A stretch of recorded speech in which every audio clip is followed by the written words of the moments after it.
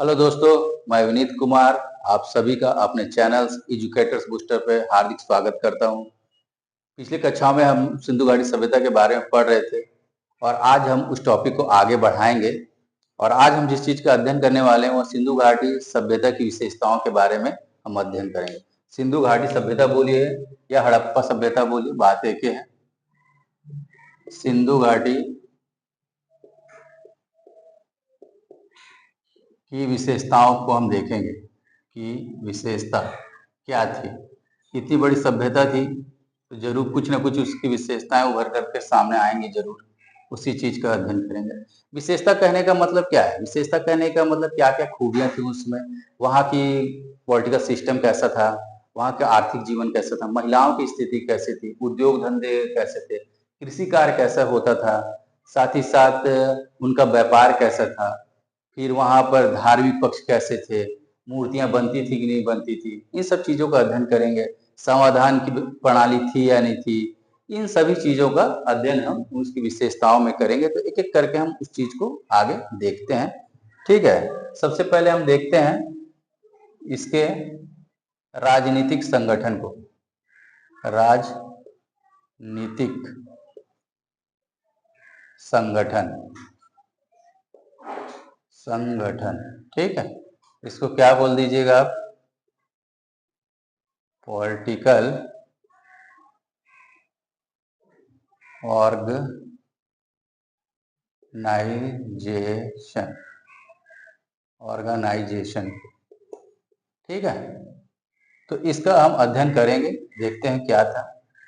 तो जाहिर सी बात है कि हम पहले पढ़ चुके हैं कि सिंधु घाटी सभ्यता जो थी उसमें कोई ना कोई एक ऐसा पॉलिटिकल सिस्टम होगा जो इतनी बड़ी सभ्यता का संचालन कर रहा है। अगर देखा जाए तो हम पहले बता चुके हैं कि ये सभ्यता कितना लाख वर्ग किलोमीटर फैली हुई थी। लगभग 20 लाख वर्ग किलोमीटर क्षेत्रफल पे, 20 लाख वर्ग किलोमीटर क्षेत्रफल पे फैली हुई थी। ठीक है, इसके बारे में हम पहले ही अध्ययन कर चुके हैं। अगर अभी से इसको बिहार के क्षेत्रफल से तुलना करिएगा तो बिहार का क्षेत्रफल कितना है? 94,163 वर्ग किलोमीटर है। अगर उसको राउंड फिगर में अगर 1 लाख वर्ग किलोमीटर मान लेते हैं तो उससे कितना 20 तो बिहार समाहित हो जाएगा 20 लाख वर्ग किलोमीटर में। ठीक है, तो उतने बड़े क्षेत्रफल को संचालित करने के लिए इनके पास एक व्यवस्था तो होगी जिसके कारण ये सुचारू ढंग से पूरा राजनीतिक प्रणाली चल रही है। तो विद्वान बोलते हैं कि एक यहाँ केंद्रीय प्रशासन रहा होगा।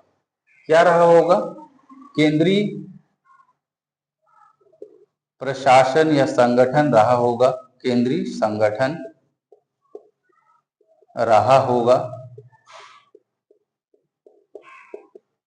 वही पूरी व्यवस्था को देखा करता होगा। ठीक है, इस केंद्रीय संगठन में कौन रहे होंगे, ये भी एक प्रश्न का विषय है कि केंद्रीय संगठन में कौन होंगे। तो कुछ विद्वान बोलते हैं कि केंद्रीय संगठन जो कि आपके किस क्षेत्र में पिछले कक्षा में हम पढ़ा था कि जो दुर्ग क्षेत्र था वहां पर प्रभुत्वशाली वर्ग के लोग रहा करते थे। तो हो सकता है उस केंद्रीय संगठन में पुजारी वर्ग रहा करते होंगे, ये भी एक मानना है। लेकिन विद्वानों ने उसका खंडन किया। फिर विद्वान कहने लगे कि ये जो सिंधु घाटी सभ्यता थी उसमें वर्चस्व किसका था? तो व्यापार और वाणिज्य का वर्चस्व था। तो हो सकता है कि वणिक वर्ग का ही इस केंद्रीय संगठन में भूमिका रहा होगा और वणिक वर्ग ही पूरे इस क्या बोलते हैं राजनीतिक संगठन को संचालित करती होगी। तो किसकी भूमिका उभर के आई? वणिक वर्ग की। वणिक वर्ग की भूमिका रही होगी। इस चीज को हमेशा याद रखिएगा। ठीक है, ये कई बार परीक्षा में पूछा भी जा चुका है कि राजनीतिक संगठन में जो प्रभुत्व था किसका था? तो वणिक वर्ग का प्रभुत्व था। यही पूरा शासन प्रशासन को करते थे। विद्वान ये भी कहते हैं कि इनको चुन करके लाया जाता होगा और जनतांत्रिक प्रणाली के माध्यम से प्रशासन चलाया जाता होगा। तो यहाँ लिख लीजिए, जनतांत्रिक प्रणाली के द्वारा प्रशासन चलाया जाता था। जनतांत्रिक प्रणाली के द्वारा संचालन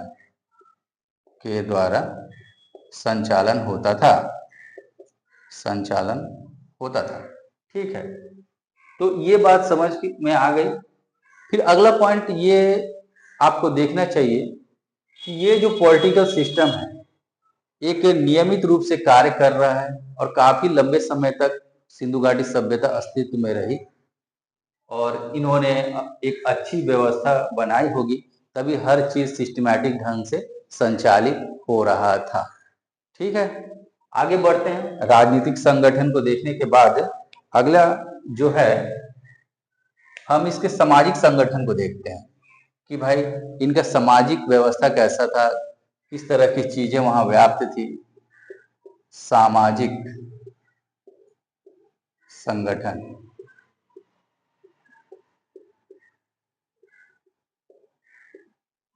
किस तरह का था।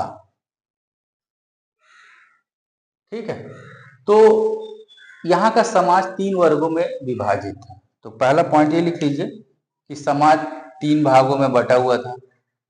समाज 3 वर्गों में बटा हुआ था, वर्गों में बटा हुआ है। पहला को क्या बोल दिए? विशिष्ट वर्ग। विशिष्ट वर्ग सबके बारे में चर्चा करेंगे। दूसरा को बोल दिए मध्यम वर्ग। मध्यम वर्ग। और तीसरा जो था वो अपेक्षाकृत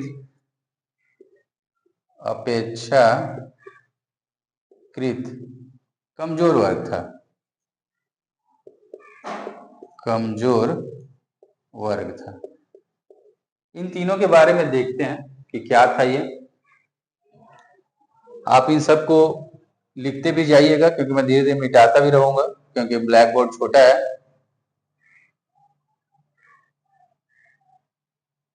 इसके विषय में देखिए क्या था ये सब।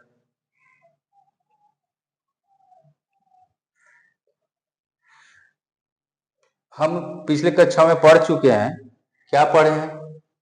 आपने देखा होगा कि इस तरह से मैंने नगर को बनाया था कि यहाँ पर दुर्ग है, ये एरिया है और यहाँ एक निचला नगर है इस एरिया में।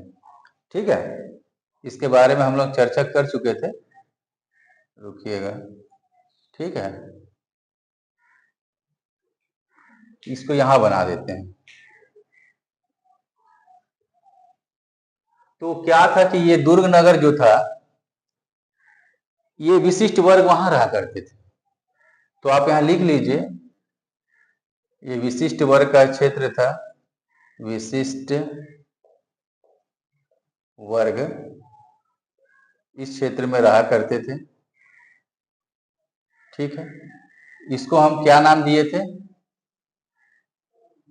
ये दुर्गीकृत क्षेत्र था, पहले ही पढ़ चुके हैं। इसको हम सीटाडेल बोले थे। सीटाडेल बोले थे। और यहाँ पर कुछ घरों का निर्माण भी किए हुए थे। ठीक, तो ये विशिष्ट वर्ग यहाँ रहा करता था। ठीक है, अब देखते हैं मध्यम वर्ग के लिए हमने बोले थे ये निचला नगर यहाँ पर इस तरह से। ओके, तो इसको हमने कहा था कि ये सड़क है। और इन क्षेत्रों में क्या है ना कि कुछ कुछ मकान में 4 या 5 कमरे मिले हैं, कुछ में मिला है 2 या 3 कमरों वाले मकान भी मिले हैं। तो ये जो 4-5 कमरों वाले मकान ऐसे, फिर छोटे छोटे मकान भी इस तरह से जिसमें 2 कमरे हैं, कहीं कहीं बड़े बड़े मकान हैं जिसमें 4-5 कमरे हैं। इस तरह से चीजें मिली हुई हैं। तो हम इसको इस तरह से देखते हैं।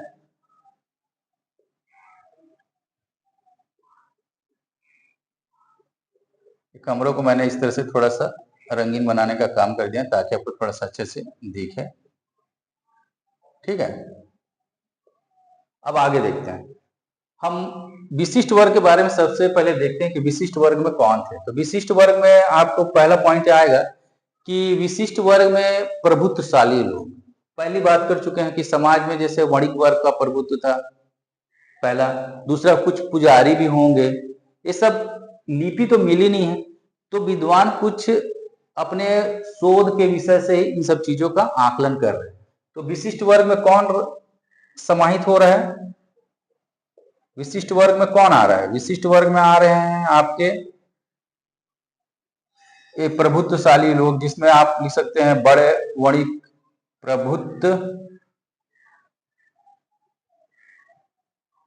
प्रभुत्वशाली लोग। इसमें इसका नाम है वणिक वर्ग, जो बड़ा वणिक वर्ग था वो, या फिर पुजारी वर्ग को भी लिख सकते हैं। ठीक है, वो यहां रहता था। दूसरे मध्यम वर्ग में देखिएगा, मध्यम वर्ग में कौन था? हम पहले बोल चुके हैं कि इस नगरीय क्षेत्र में मध्यम वर्ग के लोग रहते थे, जिनके पास 4 या 5 कमरे हैं, थोड़ा खुशहाल परिवार है। तो मैं उसमें कौन है? अपेक्षा मतलब कि कुछ छोटे व्यापारी, आप उसमें छोटे व्यापारी लिख सकते हैं, छोटे व्यापारी थे। फिर सैनिक रहा करते होंगे, समाज में इनका भी सम्मान था। फिर अधिकारी गण भी रहते होंगे वहां पर, तो ये लोग यहाँ रहते थे। ठीक, फिर तीसरा वाला जो है अपेक्षाकृत कमजोर वर्ग में कौन है? अपेक्षाकृत कमजोर वर्ग में कौन है? कमजोर वर्ग, मैं पहले बोल चुका हूं कि इनके पास 1 या 2 कमरे के मकान है। तो कौन है भाई? इसमें कुंभकार है, कुंभकार है, फिर बढ़ई है, शिल्पकार हैं। इस तरह के लोग यहां रहते थे। ठीक है, तो कौन कहां कहां रहता था ये पता चल गया आपको। ठीक, अब हम आगे पढ़ते हैं। सामाजिक संगठन में 3 भागों में बांटे, विशिष्ट वर्ग, मध्यम वर्ग, अपेक्षाकृत कमजोर वर्ग। ये विशिष्ट वर्ग इस दुर्गीकृत क्षेत्र में रहता था, जिसमें प्रभुत्वशाली लोग, वणिक या पुजारी जैसे लोग रहते थे। मध्यम वर्ग में छोटे व्यापारी, सैनिक, अधिकारी रहते थे, इस क्षेत्र में रहते थे, जिनके पास 4-5 कमरों का मकान था, और अपेक्षाकृत खुशहाल लोग थे। फिर अपेक्षाकृत कमजोर वर्ग, जिनके पास 2 या 3 कमरे थे, ज्यादा इनकम नहीं थी उनके पास, कुंभकार, बढ़ई, शिल्पकार आदि इस श्रेणी में आते थे। अब हम सामाजिक संगठन में एक और महत्वपूर्ण पहलू का अध्ययन करते हैं। क्या था वो, उस चीज को भी देखते हैं। अब हम स्त्रियों के बारे में देखते हैं कि स्त्रियों की स्थिति कैसी थी। ठीक है, स्त्रियों का कैसा प्रभुत्व था, क्या था, उनका मान सम्मान किया जाता था या नहीं किया जाता था, स्त्रियां क्या पहनती थी, आभूषण का प्रयोग करती थी कि नहीं करती थी, इन सब चीजों का अध्ययन हम करेंगे, क्योंकि स्त्रियों का अध्ययन करना बहुत जरूरी है। अगर हम आज के डेट में देखते हैं तो क्या हो रहा है, अगर हम मॉडर्न समय में देखें तो आपको पता होगा कि 2012 में दिल्ली में एक निर्भया कांड हो गया। फिर अभी नियर में आप देख रहे हैं 2024 चल रहा है, कोलकाता में आरजीकर हॉस्पिटल में एक महिला के साथ, महिला डॉक्टर थी, रेप हुआ, फिर उसका मर्डर कर दिया गया, बहुत ही बर्बरतापूर्वक। तो ये आज के समय का महिला का आपको दिखा रहा है कि समाज में स्थिति क्या है। महिला पढ़ लिख रही है, सब कुछ कर रही है, लेकिन आज जो है हमें अपना सोच भी बदलना पड़ेगा, और कहीं ना कहीं आपको अपने अतीत से भी कुछ सीखना है। इसीलिए कहने का मतलब होता है कि हम अतीत से क्या करते हैं, अध्ययन करते हैं, कि हाँ सब चीज का तुलना करते हैं कि उस कालखंड में महिलाओं के साथ, महिलाओं की स्थिति कैसी थी, इस कालखंड में महिलाओं के साथ कैसी स्थिति है। तो हो सकता है कि उस कालखंड में भी कुछ मतलब कि दिक्कतें हो, त्रुटियां हो, और इस कालखंड में क्या त्रुटि है, इसका हम क्या करते हैं, तुलना करके अध्ययन कर लेते हैं। तो देखते हैं कि उस काल में महिलाओं के साथ कैसा बर्ताव किया जाता था, स्थिति क्या थी। तो स्त्रियों की स्थिति देखते हैं कैसी थी।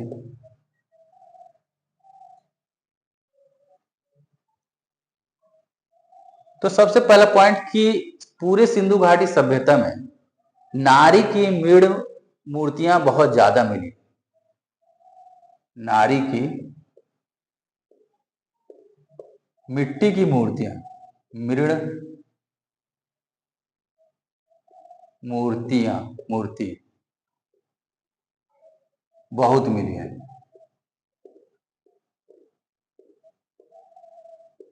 ठीक है, मिट्टी की मूर्तियों के बारे में तो कहने का मतलब है कि जब इतना ज्यादा नारी की मूर्तियां वहां बनी, तो जाहिर सी बात है कि महिलाओं का सम्मान होता होगा।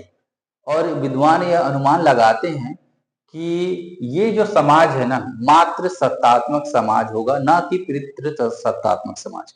अभी जो वर्तमान में भारतवर्ष में क्या है, पितृ सत्तात्मक समाज। लेकिन सिंधु घाटी सभ्यता में जो समाज चल रहा था वो मात्र सत्तात्मक समाज थी। किससे आकलन किए? नारी की मृण्मय मूर्तियां बहुत ज्यादा मिली है, इस आधार पर तो वे कहते हैं, विद्वान कहते हैं कि मात्र सत्तात्मक समाज था, मात्र सत्तात्मक समाज था, समाज था। इस पॉइंट को याद रखिएगा, कई बार परीक्षा में आ गया, आपसे पूछेगा कि सिंधु घाटी सभ्यता में जो समाज था वो कैसा था, पितृ सत्तात्मक, मात्र सत्तात्मक, या मात्र सत्तात्मक और पितृ सत्तात्मक दोनों, या इनमें से कोई नहीं। तो आपका जवाब क्या आएगा? समाज कैसा था? मात्र सत्तात्मक समाज था। आगे बढ़ते हैं। फिर हम ये भी देखते हैं कि नारी से संबंधित कुछ साक्ष्य हमें प्राप्त हुए हैं। कहां कहां से प्राप्त हुए हैं? तो जैसे कि नौसारों, नौसारों से क्या मिला है पता है आपको? एक मिट्टी की मूर्ति मिली है जिसके मांग में सिंदूर भरा हुआ है। तो सिंदूर का साक्ष्य, सिंदूर का प्रमाण, तो इससे क्या निकल करके सामने आता है? इससे सामने ये आता है कि उस काल में भी महिलाएं मांग में सिंदूर भरा करती होंगी, और आज भी हिंदू समाज में महिलाएं अपने मांग में सिंदूर भरती हैं। ये वहीं से आया हुआ है, इस चीज को ध्यान में रखिए, हमको प्रमाण मिल रहा है। फिर चनहुदड़ों, चनहुदड़ों से लिपस्टिक मिल रहा है, लिपस्टिक के प्रमाण, प्रमाण। तो कहने का मतलब है कि उस काल की महिलाएं भी लिपस्टिक लगाती होंगी, आज भी लगाती हैं। तो ये सब साक्ष्य खुदाई के दौरान मिल रहे हैं, जिनसे इन सब चीजों के बारे में जानकारी मिल रही है कि महिलाओं की स्थिति कैसी थी। कुछ और भी चीज देखते हैं। लोथल और कालीबंगा, कालीबंगन से क्या मिल रहा है? इन दोनों से आपको युगल समाधान के प्रमाण मिल रहे हैं, युगल समाधान के प्रमाण मिल रहे हैं। कहने का मतलब है कि स्त्री और पुरुष दोनों के शव एक ही साथ मिल रहे हैं। तो इससे क्या पता चलता है कि लोथल कालीबंगन से जब ये साक्ष्य मिल रहे हैं, तो इससे ये पता चलता है कि हो सकता है कि यहाँ पर सती प्रथा विद्यमान हो। तो यानी सती प्रथा के साक्ष्य यहीं से मिल रहे हैं, सती प्रथा के साक्ष्य, यानी उस कालखंड में सती प्रथा व्याप्त थी, ये हम कह सकते हैं। ठीक, जो कि गलत है, लेकिन उस काल में ये प्रथा व्याप्त थी, और ये धीरे धीरे भारतीय समाज में भी बहुत लंबे समय तक चला है। राजा राम मोहन राय के प्रयास से फिर बाद में आगे जाकर के ये सती प्रथा खत्म हुई है। तो उसके साक्ष्य हमको यहाँ लोथल कालीबंगन से मिल रहे हैं। ये महिलाओं की स्थिति है। फिर महिलाओं के बारे में ये है कि महिलाएं आभूषण का प्रयोग भी करती थी, सोने के, चांदी के, सोने चांदी के आभूषण, के आभूषण, आभूषण का प्रयोग करती थी। केवल आभूषण महिलाएं नहीं पहनती थी, पुरुष भी सोने और चांदी के आभूषण का प्रयोग किया करते थे। ठीक है, ये स्त्रियों की स्थिति हो गई। सामाजिक संगठन में हमने देखा, वर्गों को बांटा, फिर स्त्रियों की स्थिति देखी। फिर और एक चीज के विषय में देखते हैं, खान पान,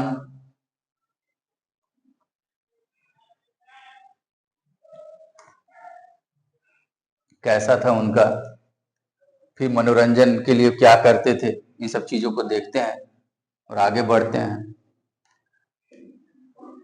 कहने का मतलब है सभ्यता थी तो भाई खान पान भी उनका रहा होगा, क्या खाते थे, मनोरंजन किस तरह से करते थे, इन सब चीजों को भी हम देखते हैं, समझते हैं चीजों को, आगे बढ़ते हैं।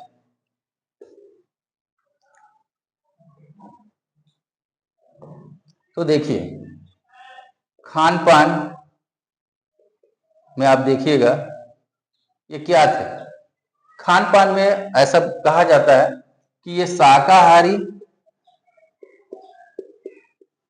व मांसाहारी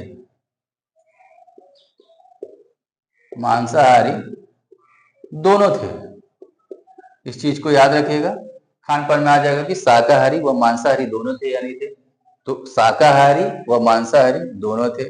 मनोरंजन कैसे किया करते थे? तो मनोरंजन में देखिए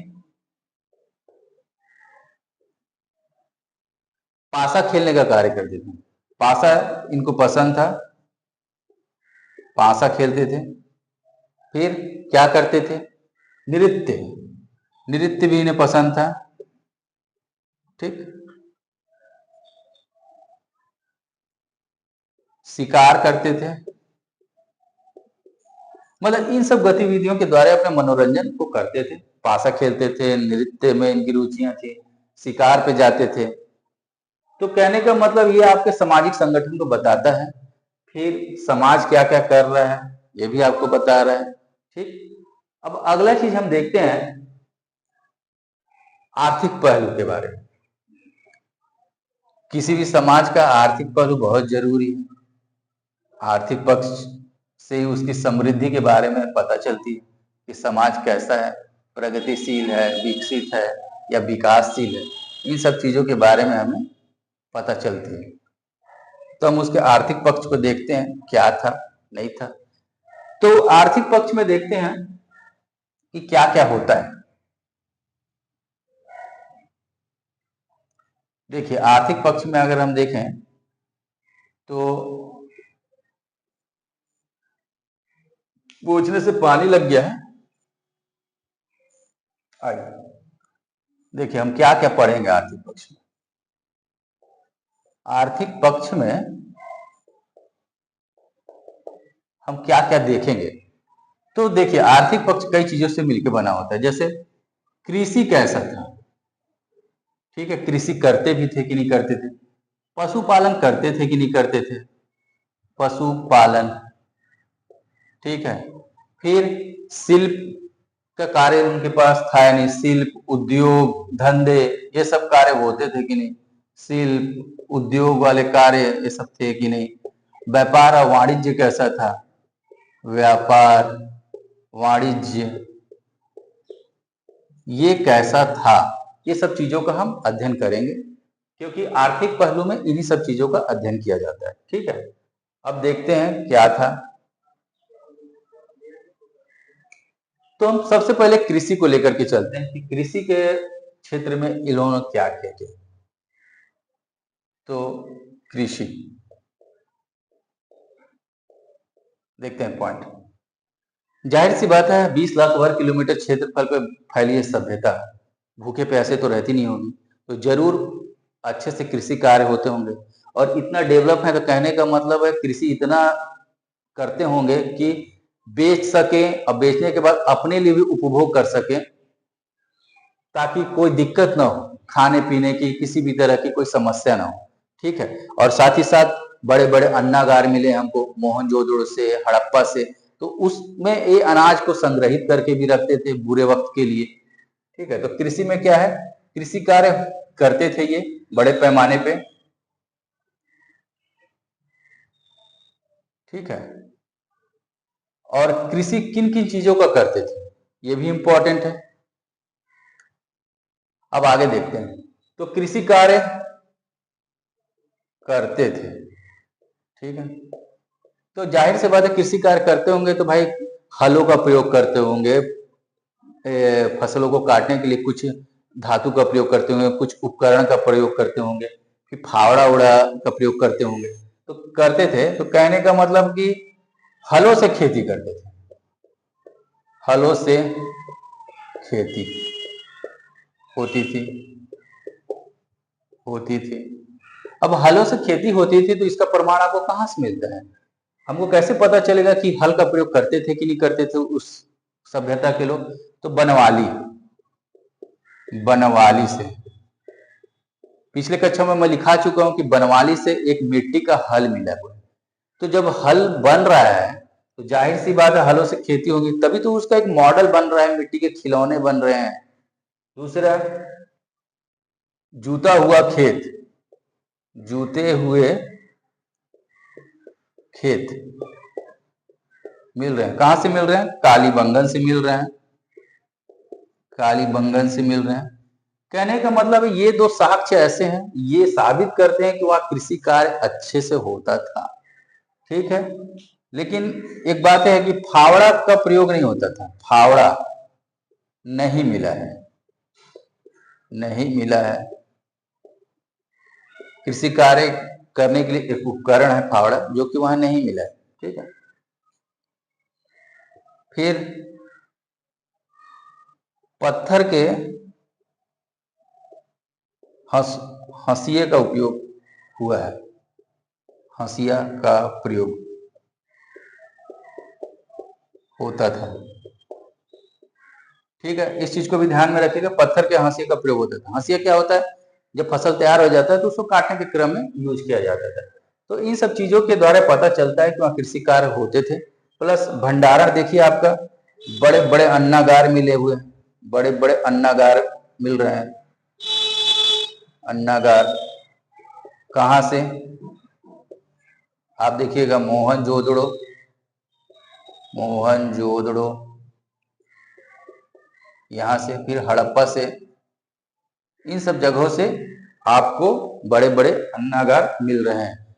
ये अन्नागार क्या थे? ऐसा कहा जाता है, विद्वान बोलते हैं कि वहां पर लगान के रूप में अनाज लिया जाता हुआ और उन अनाजों को ही धीरे धीरे जाकर अन्नागार में भंडारित करके रखा जाता हुआ, ताकि बुरे वक्त में अगर कभी सूखा आ गया, बाढ़ आ गया, तो इसी अन्नागार से अन्न निकाल करके लोगों को सार्वजनिक वितरण प्रणाली के माध्यम से दिया जा सके, ऐसा विद्वानों का अनुमान है। तो अन्नागार आपको वहां मिले हैं, इस चीज का याद रखिएगा। पहले ही बता चुका कि मोहनजोदड़ो हड़प्पा से मिले हुए हैं। तो ये तो उनका कृषि कार्य था। और जब कृषि हो रहा है तो भाई किस किस चीज का कृषि करते थे, ये भी जानना जरूरी है।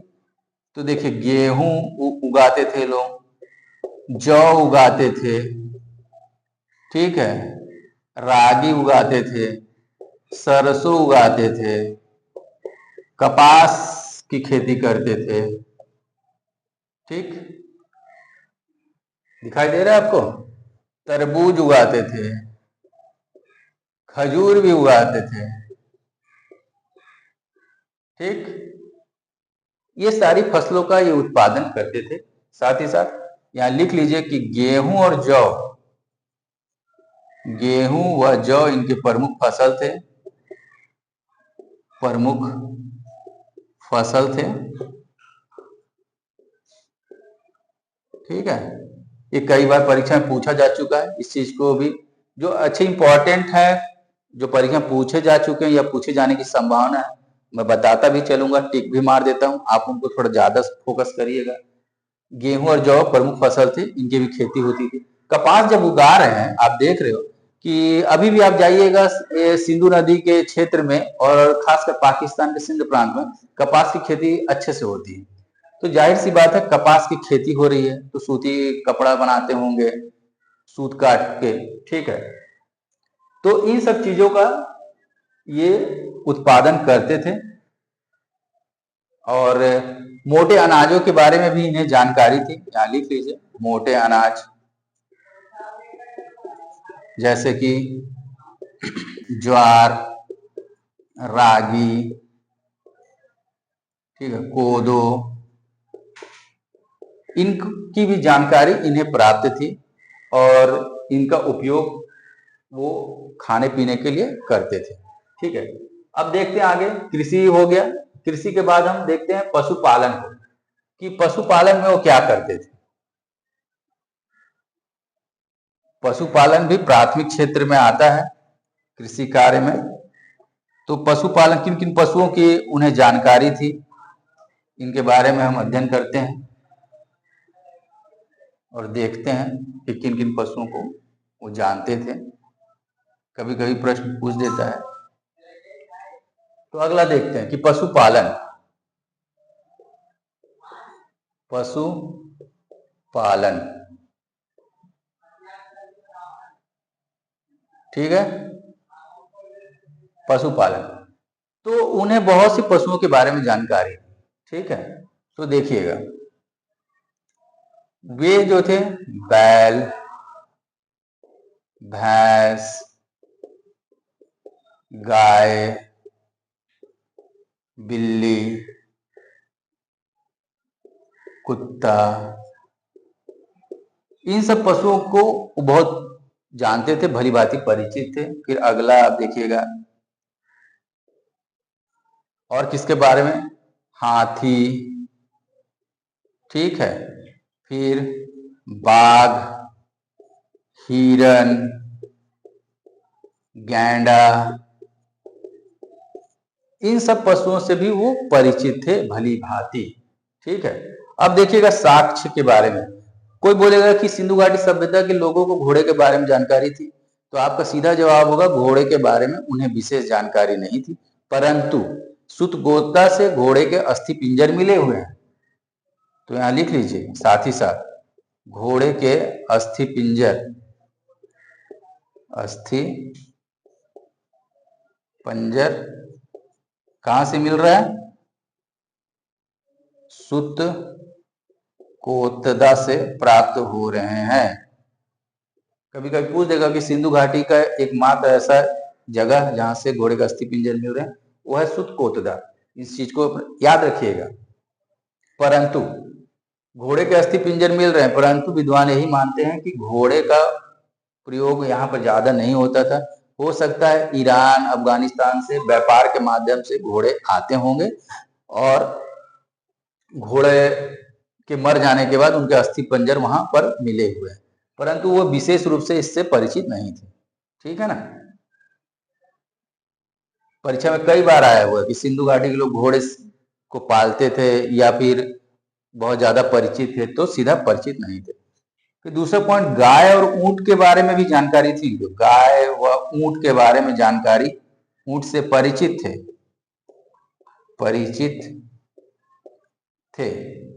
परंतु दिलचस्प बात यह है, परिचित होने के बाद भी जो मोहर मिले हैं उसमें बहुत सारे पशु उशु के बारे में जानकारी रहती थी, परंतु उन मोहरों पर गाय और ऊंट से संबंधित एक भी मोहर प्राप्त नहीं हुआ है। एक भी मुहर प्राप्त नहीं है, मुहर प्राप्त नहीं है। इस चीज को भी ध्यान रखिए। फिर अगला पॉइंट, एक कुबड़ वाला सांड इनका प्रिय पशु था। क्वेश्चन ये भी आता है कि सिंधु घाटी सभ्यता में जो पशु थे वो कौन से पशु इन्हें ज्यादा प्रिय थे, तो एक कुबड़ वाला सांड, एक कुबड़ वाला सांड इनका प्रिय पशु था, इनका प्रिय पशु था। इस चीज को तुम याद कर लीजिएगा, कुबड़ वाला सांड इनका प्रिय पशु, ठीक है। अब हम थोड़ा आगे बढ़ते हैं, पशुपालन हो गया। अब देखते हैं शिल्प और उद्योग के बारे में, कैसा था इनका शिल्प और उद्योग का व्यवस्था, क्या क्या ये कारीगरी करते थे, क्या बनाते थे, इन सब चीजों के बारे में भी हम अध्ययन करेंगे, ठीक है ना। अब देखते हैं उद्योग के बारे में। उद्योग, ये पूरा ही विकसित सभ्यता थी, व्यापार और वाणिज्य अपने चरम पे था। तो जाहिर सी बात है इंडस्ट्री होगी, तभी तो इतना डेवलप कर गया ये सभ्यता, ठीक है। तो उद्योग में क्या थे, सबसे पहले तो आप जान रहे हैं कि यहाँ पर कई प्रकार के, जैसे सूती वस्त्र उद्योग, कई बहुत बड़े पैमाने पे कपास की खेती होती थी, तो सूती वस्त्र उद्योग डेवलप किया हो गया होगा। तो यहाँ कर दीजिए सूती वस्त्र उद्योग, ठीक है। सूती का कपड़े का ये बहुत अच्छे से उत्पादन करते थे, तो ये उद्योग था। अब सूती वस्त्र उद्योग जब ज्यादा डेवलप था, तो जाहिर सी बात है जब ज्यादा सामान बनेगा तो विदेशों में भी ये बेचेंगे। तो अफगानिस्तान, ईरान के क्षेत्रों में अपने सूती वस्त्र को बेचा करते थे, ठीक है। क्योंकि इनके सूती वस्त्र उद्योग डेवलप करने का सबसे बड़ा रीजन था कि सिंधु के क्षेत्र में कच्चा माल इनको बहुत अच्छे से मिल जाता था। ठीक है। तो इनका ये उद्योग बहुत डेवलप था, ये इसका अंतर्राष्ट्रीय व्यापार करते थे, अंतर्राष्ट्रीय व्यापार करते थे।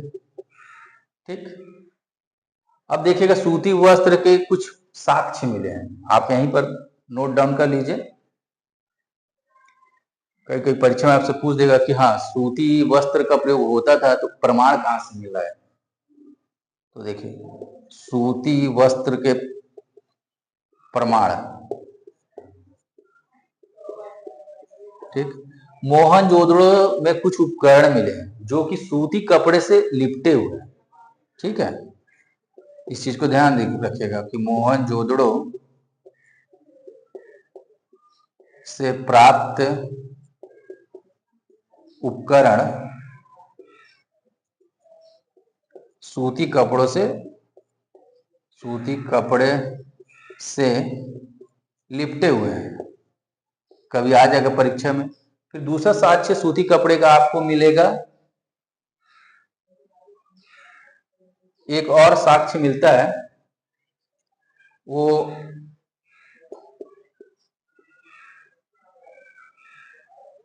कालीबंगन से मिल रहा है, लोथल नहीं, कालीबंगन।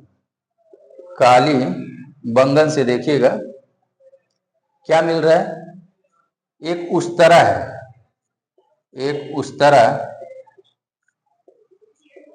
जो कि सूती कपड़े से लिपटा हुआ है, सूती कपड़े से लिपटा हुआ है, लिपटा हुआ है। तो ये दो साक्ष्य आपको मिल जा रहे हैं कि कहां से सूती कपड़ा का साक्ष्य मिल रहा है, तो आप इसको बताइए। फिर इसका एक बंदरगाह था, आपको पता है लोथल, वहां से अंतर्राष्ट्रीय व्यापार होते थे, कई बार बता चुका हूं, याद रखिएगा। तो इन सब चीजों को याद रखिए। फिर आप देखिएगा कि और क्या क्या उद्योग डेवलप थे, इन सब चीजों को इधर देखते हैं। तो आपने पढ़ा हुआ कि मनके बनाने का कारखाना डेवलप था, मनके बनाने का कारखाना हम पहले ही पढ़ चुके हैं कि सिंधु घाटी सभ्यता में मनके बनाने के कारखाने मिले हुए। तो कहाँ मिले भैया ये मनके बनाने के कारखाने, तो देखिए चनहूदड़ो से मनके बनाने का कारखाना मिला है, प्लस लोथल से आपको मनके बनाने का कारखाना मिला हुआ है, ये मैं पहले ही बता चुका हूं। लेकिन यहाँ पर उद्योग धंधा जो पढ़ाया जा रहा है तो मैं उसके बारे में यहाँ जिक्र कर दे रहा हूँ कि कारखाना कहाँ पर मिला हुआ है। तो इस तरह के उद्योग यहाँ डेवलप थे। साथ ही साथ हाथी के दांत, हाथी दांत, सीप, इनसे भी सामान बनाए जाते थे, सजावट के सामान बनाए जाते थे, चूड़ियां बनाई जाती थी।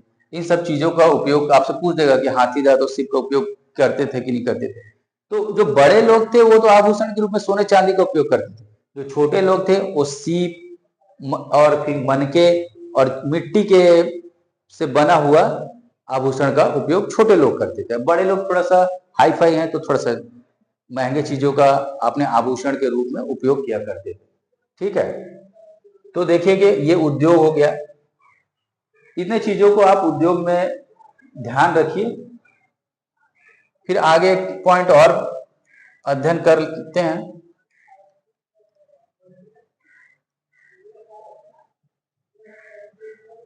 युद्ध सामग्री के बारे में। ठीक है,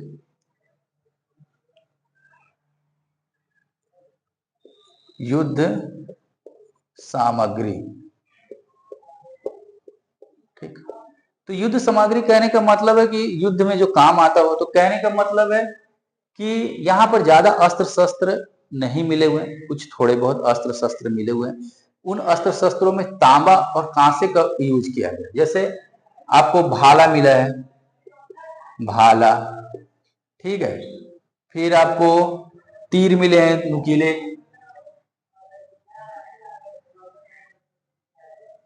तीर, ठीक है, भाला, तीर, इस तरह की चीजें वहां पर मिली हैं, बहुत ही कम मिले थे। इसका मतलब विद्वान ये बोलते हैं कि वे ये जो लोग थे युद्ध में विश्वास नहीं करते थे, शांति प्रिय रहे होंगे, इसीलिए ये सब सामग्री बहुत कम मिली है। लेकिन फिर भी इनका जो आप देखिएगा घर जो है प्राचीर दुर्गों से घिरा रहा, इस बात को आप ध्यान में रखिएगा। तो कहीं ना कहीं ये भी बाहरी लोगों से डरा करते थे कि कहीं बाहर से आक्रमण न हो जाए, इसके लिए कुछ सामग्री इन्होंने बनाए थे। और देखिएगा कि जो सबसे बड़ी विशेषता है कि तांबा और टीन, इन दोनों के बारे में इनको जानकारी थी, तांबा और टीन दोनों। इससे जो चीज बना वो कांसा बना, ठीक है। तो कांसा बनाने में इनकी सबसे बड़ी भूमिका थी, ठीक है। और ये तांबा कहां से लाते थे ये भी इंपॉर्टेंट है। तांबा जो था ना खेतड़ी से, भारत में खेतड़ी एक जगह है, और ये टीन कहां से, अफगानिस्तान से लाते थे व्यापार करके, ठीक है। देखिए तांबा खेतड़ी से मिल जाता था राजस्थान में आसानी से, टीन मिल जाता रहा अफगानिस्तान के क्षेत्र में आसानी से, इनको मिला के इन्होंने कांसा बनाया। और कांसे का उपयोग इन्होंने बहुत किया। और दूसरी पॉइंट, कांसा बनाने के कारण इस समाज को, इस संस्कृति को कांस्य युगीन संस्कृति भी कहते हैं, याद रखिएगा, कांस्य युगीन संस्कृति कहते हैं। कई बार परीक्षा में प्रश्न आ चुका है, इसका ध्यान रखिएगा। ये वाला पॉइंट आपको याद रखना है कि कांस्य युगीन संस्कृति सिंधु घाटी सभ्यता को कहते हैं, क्योंकि इन्होंने कांसा बनाया है तांबा और टीन को मिला करके। लेकिन तीर धनुष बहुत कम मिले हैं, हैवी मतलब कि अस्त्र शस्त्र नहीं मिले हैं। तांबा और टीन और थोड़ा बहुत कांसा से निर्मित युद्ध सामग्री थोड़ी बहुत इन्हें प्राप्त हुई। ठीक है दोस्तों, आज हम अपना जो चर्चा है यहीं तक समाप्त करते हैं, और आगे की चर्चा आगे की क्लास में होगी। और अगर हमें हमारा जो वीडियो है आपको पसंद आ रहा हो तो लाइक और सब्सक्राइब कीजिए, और अधिक से अधिक लोगों को शेयर कीजिए। धन्यवाद।